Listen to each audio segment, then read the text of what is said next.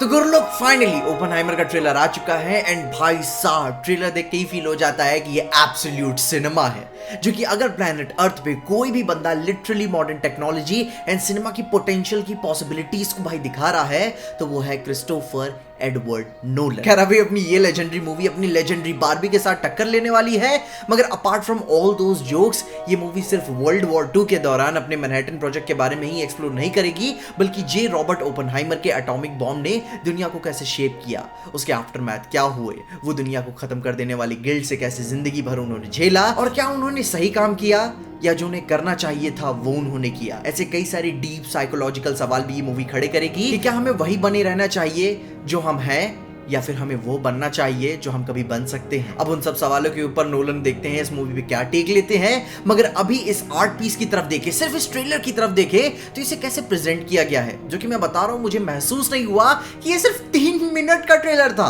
इतना well edited trailer था कि आप खो से जाते हो इसमें। एंड शुरू से ही जो इसमें रेडिएशन की टिकिंग वाली साउंड सुनाई देती है काफी चिलिंग था। एक ट्रेलर से मैं इतना ज्यादा इंटेंसली एंग्रोस्ड कभी भी फील नहीं हुआ, जो कि भाई मूवी का इसमें ब्लैक एंड व्हाइट का नैरेटिव भी मोस्ट प्रोबेबली बॉम्बिंग के इवेंट्स के बाद के हमें नजर आएंगे कि जहां सब कुछ जल जाने के बाद काली राख नहीं बच जाती है और दूर दूर तक हर चीज सिर्फ काली और सफेद धुएं के बीच में खो से जाते हैं। और उस टेरर को, डिप्रेशन को दिखाने के वो मोटिव्स हमें वो विजुअल तौर से दिखाएंगे, जिसपे हैरान मत होना कि उस मोमेंट पे बॉम्बिंग के बाद में हमें साउंड डिजाइन भी उसी मौत के सन्नाटे जैसी सुनाई देने लगी, जिसपे से इन सब बातों के ऊपर ये बात हम कैसे भूल सकते हैं कि ये मूवी एक बायोपिक भी है। एंड पर्सनली बायोपिक से मैं बहुत ज्यादा इंप्रेस नहीं होता, क्योंकि नैरेटिव के चलते क्रिएटर्स उसकी भाई सिनेमैटिक एक्सपेक्टेशंस को काफी दबा देते हैं। मगर भाई नोलन तो नोलन है, उनका बस चलता तो भाई वो जिंदा बॉम्ब फोड़ दिए होते। मगर हम देख के बता ही सकते हैं कि कितने सटल तौर से उन्होंने वीएफएक्स का यूज किया हुआ है। वो छोटे छोटे फ्रैगमेंट्स भाई काफी सररियल सी फीलिंग देते हैं। और उसके ऊपर उनकी वाइफ के साथ उनका स्ट्रगल, उनके कलीग के साथ उनका स्ट्रगल, वो गिल्ड के साथ जीना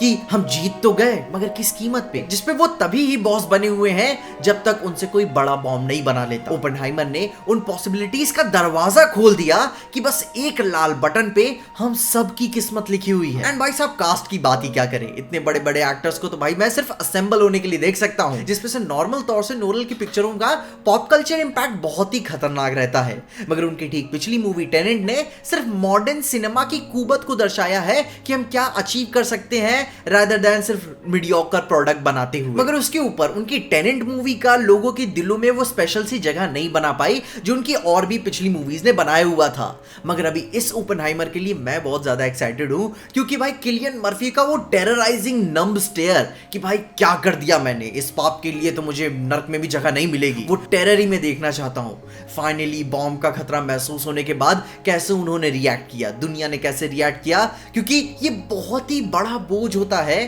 कि जब तुम्हें पता चल जाए कि तुम्हारी हरकतों से हजारों लाखों करोड़ों की जानों के खून तुम्हारे हाथों में लगे हुए हैं। खैर वही तो मैं देखना चाहता हूं कि द एथिक्स ऑफ साइंस पे खुद ओपनहाइमर के कितने डीपली कॉन्फ्लिक्टेड थे वो, जिसपे से उनके इंडिविजुअल बेसिस पे गुड करने की चाह के बीच में मिलिट्री एंड पॉलिटिकल एस्टैब्लिशमेंट्स ने कैसे हेल्प करी या हस्तक्षेप किया। किसी वैज्ञानिक प्रगति के लिए किसी इंसानी लागत क्या पड़ती है, क्या इमोशनल टोल उनके लोगों को चुकाना पड़ा, क्या कॉन्सिक्वेंस उन्हें झेलने पड़े प्रोफेशनली, पब्लिकली एंड पर्सनली। उनके इस रिसर्च के बाद क्या पॉलिटिकल इंपैक्ट पड़ा, क्या साइंटिफिक अचीवमेंट्स को पॉलिटिकल जजमेंट्स के हाथों छोड़ देना अच्छी बात है, मगर इस पे कोई कर भी क्या सकता है, और क्या हम सबको फर्क भी पड़ना चाहिए, क्योंकि भाई एक दिन तो सभी को मर जाना है। जिसपे एक बात बता दूं कि अगर किसी को फर्क नहीं पड़ता तो सब हारते हैं। And I feel like it's more than just a normal biopic movie. और अगर इन्होंने भाई उस ह्यूमन साइकी के सितारों को छेड़ा जैसे नोलन हमेशा छेड़ते हैं, तो इस मूवी को भी उनकी one of the greatest of all time से